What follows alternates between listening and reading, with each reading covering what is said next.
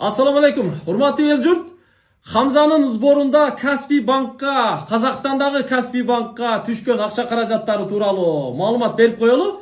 Hamzanın atası Ruslan бүгүн Казакстандан келди. Кече мурда күнү биз менен макулдашуунун негизинде ушу Kaspiy bankка түшкөн каражаттарды чечип келели, бул жакка алып келип Асланын счетуна өткөрүп берели деп макулдашуунун негизинде Казакстанга кетти эле. Бүгүн кайтып келди. Kaspiy banktагы акча каражаттарын чечип келди да. Аны алып келип Асландын атасы Самарбекке өткөрүп берди. Келиңиздер, биз ушу расмий түрдө ушу цифраларды отчет катары айтып берели. Жалпы ушу Казакстандагы Kaspiy bankка Hamzanın сбору учурунда бир эле Hamzanın сборунда гана Kaspiy bank иштетилген да. Жалпы 18 миллион теңге түшкөн эле. 18 миллион теңге түшкөн эле. Анан бул 18 миллион теңгени Руслан банкка комиссияларын берип, мындайча айтканда банк өзүнүн комиссияларын алып калып, 17 миллион 800 миң теңгени Русландын колуна обналичтетип берди, туурабы? Анан ошону бүгүнкү же кечеги курс менен бүгүнкү эртең мененки курс менен 35.300 долларга айландырып, доллар катары колуңа берди, туурабы? Чеги Мына бул жакта чеги да турат, Kaspiy банктын атайын чеги. Ушуну көрүп койсоңуздар болот. 35.300 доллар деп мына бул жерде жазылып турат туугандар. Ушу долларды чеги менен Русланга Казакстандан Kaspiy банк берди эле. Анан аны акча каражатын Кыргызстанга алып келип 35.300 долларды Асландын счетуна өткөрүп берди. Бул эми расмий түрдө отчет, биз болгондой эле айтып көрсөтүп берип атабыз. Видео отчет. Эми бул жерде мына азыр эми силердин счетуңарда Kaspiy банкта 1 тыйын да калган жок, вообще? 8 тыйын калды. 8 тыйын. 8 теңге. 8 теңге, 8 теңге калды. 8 теңге билбейм, сомго канча болот, 1 сом болсо керек. Ошол вообще жок почти. Вообще калбады. Калбады мына. Чечип келдим бардыгын. Бул жакта Асландын атасы отурат, ошого өткөзүп бердим эртең менен. Бул жакта мына Асландын атасы Самарбек отурат. Самарбек 35.200 долларды алдыңар, туурабы? Алып счетка салынды. Алып счетуна салынды. Азыр эми ушу калган каткан тыйындарды Асланга өткөрүп бердик эле. Бул өзүнүн счетуна салды. Ал тууралуу өзүнчө маалымат берет сиздерге. Кыскасы өткөрүлүп берилди. Эми бул туугандар только Хамзанын гана сборунда Kaspiy банк иштетилди эле да. Асландын сборунда вообще иштетилген жок, туурабы? Тиги силерден кийин Байхандын счетунда да иштетилген жок, туурабы? Kaspiy вообще иштетилген жок, эч бир жерде көрсөтүлгөн жок эле да. Менин эле счетумда, менин эле аккаунтумда иштетилген Kaspiy. Бул өзүмдүн жеке Kaspiy'мда, Казакстанда иштетип жүргөн. Жеке Kaspiy болчу. Ошону чечип келдим. Ушул өзүбүздүн эле мекендештер, казак бауырларыбыз ошол жардам берген акча. Эми отчетун бергенден кийин пендеге ыраазычылык билдире албаган Аллага кантип ыраазычылык билдире алат дегендей, ушу жалпы ушу казак бауырларга, өзүбүздүн мекендештерге, ал жакта мигрант катары иштеп жүргөн биздин мекендештерге жалпы ушу Хамзанын сборунда салым кошкондорго ыраазычылык билдирип коелу. Алла разы болсун. Урматтуу мекендештер, Казакстанда Астана болобу, Алматы болобу, Казакстандын кайсы бурчунда болсо дагы Кыргызстандык болуп Казакстанда иштеп жүргөн болсоңуздар, Хамзанын ден соолугу үчүн 1 теңге болсо да, канча теңге болсо да салым кошкон болсоңуздар, андан сырткары казак боордоштор, сиздер дагы салым кошкон болсоңуздар, баарыңыздардан Аллах таалам ыраазы болсун. Бергениңиздерди Аллах таалам эселеп кайтарып берген болсун. Эми Kaspiy'дин дагы отчетуну берип алдык. Бир нерсени эске салышыбыз керек. Буга чейин Русландын счетуна 170 миллион сомду таза тоголок кылып салып берип отчетуну берген элек. Бул Kaspiy'деги бул цифра, бул акчалар ошол буга берилген 170 миллион сомдон сырткары сумма болчу. Анткени бул Кыргызстанда жүрдү сбор башталгандан бүгүнкү күнгө чейин. Ана кече биз менен макулдашуунун негизинде анан Казакстанга барып бул акчаны чечип келип анан Самарбекке өткөрүп берди да. Кыскасы ушундай. Ачык айкын отчет туугандар. Ушул биз отчет бергенге милдеттүүбүз. Бардыгы ачык айкын. Барыңыздардан Аллах таалам разы болсун. Эми азыр эми уже виза иштерине киришип баштадыңар, а? Ошого тапшырдык. Эми ошол 1 жума 2 жуманын убакыт кетет дейт. Ошол убакытта эми келет ошол убакытта. Иншалла. Дагы кошумча маалымат берип турганга аракет кылабыз. Өздөрүнүн дагы мурдагы баягы 2 Сейф Хамза 2025 деген аккаунтта өздөрү да маалымат берип атат уже. Instagram аккаунттарынан чамча маалыматтарын көрүп турсаңыздар болот. Ушул эми барды-бардай болгондой как есть реальный көрсөттүк тугандар, отчеты берилди.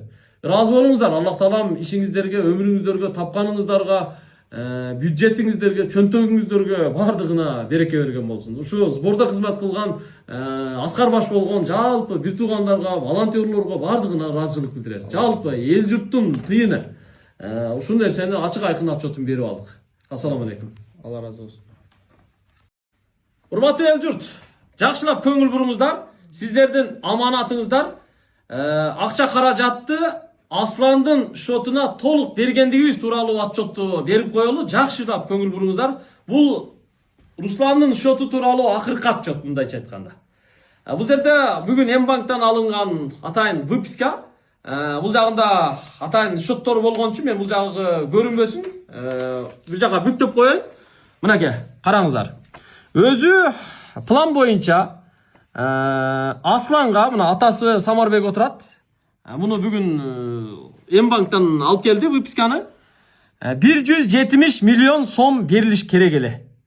Жалпы 170 миллион сомдон 500 миң сом 4-чү сбор болуп аткан Аймеримге берилди.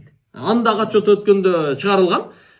Ошондо 169 миллион 500 миң сом буларга берилиш керек эле. Ошондо туугандар 169 миллион сомдун берилгендиги Асландын атасы Самарбектин шотунда тургандыгы бул жерде так даана жазылып турат. Көрүп турасыздар, Мына 169 миллион 500 миң. Печаты менен 3 апрель 2025 жыл. Бул акыркы отчет. Мындайча айтканда, биринчи Хамзанын сбору уюштурулду. Андан канчалаган миллион сом акча каражаты ашты. Аны Хамзанын атасы Руслан Самарбектин шотуна которуп берген. Кыскасы акыркы отчет ушул. Кыскасы сиздердин берген акчаңыздар, аманатыңыздар 170 миллион сом буга Асландын атасына толук өткөрүлүп берилди. Ошол 170 миллион сомдон 500 миң сомду 3 ата берешендик кылып, Аймеримге дагы салым болсун, жардам болсун деп сиздердин атыңыздардан 500 миң сомдон берди эле, өздөрүнө 169 миллион 500 миң сомдон калды, шотунда турат.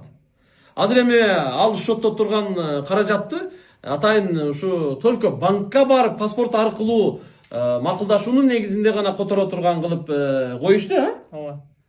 Телефон аркылуу Мбанктан ары бери которгонго мүмкүн эмес. Мүмкүнчүлүк жок. Эми мындай, буга чейин ушу Асландын Мбанк номери бүт видеолорго, сборго жардама катары көрсөтүлгөн эле. Ал Мбанкка эми ошол Мбанк номерге эми акча түшпөйт, Түшпөйт. Блоктолду. Ал шот жок. Ал шот жок уже. Бир тыйын да акча түшпөйт. Терсеңиздер чыкпайт. Ал номер блоктолду. Бул өзүнө башка номер алып, башка Мбанк ачып алды. Эми өзүнүн тиричилигин өзү кыла берет. Бирок Асланга 170 миллион сом толук берилди. Эми виза иштерине даярдап көрүп баштады. Виза иштери тапшырылды. Тияктагы менен клиника менен сүйлөшүлүп атат, жүрүп атат.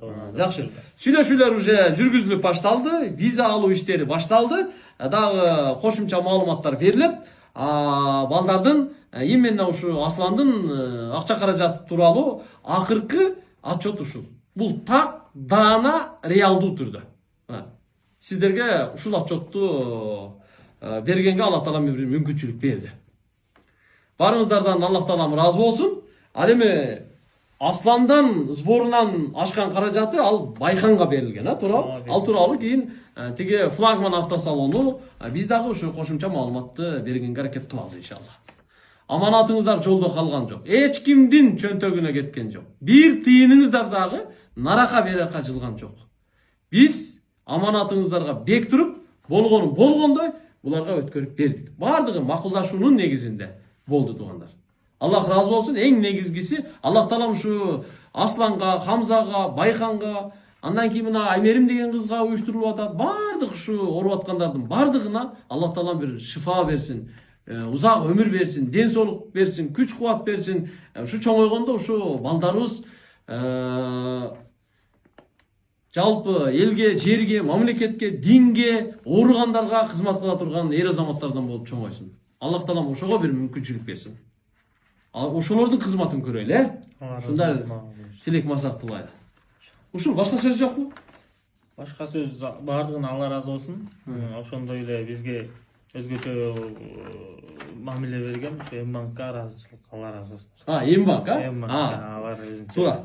Эмбанкка ыраазычылык, анткени ушу Эмбанк жалпы жамааты аябай жакшы мамиле кылып, бул жерде ушу Эмбанк номерлерди баягы белый список деп коет экен, белый списокко кошуп, мында коргоп, мындайча айтканда өздөрүнүн дагы салымын кошуп, банкка барганда ушундай жакшы тейлеп, буга өзүнчө шот ачып, лицевой шот ачып, азыр ошол шотко салып, мында коргоп берип, эми муну Дубайга түз которуп бергенге дагы жардам беребиз деп атат, иншалла. Ооба, берет экен. Шотторду карашты, которсо болот экен түзмө-түз Эмбанктан Дубайга. Ал жагынан дагы жардам беребиз деп атышат. Ошон үчүн Эмбанк жамаатына дагы ыраазычылык билдиребиз.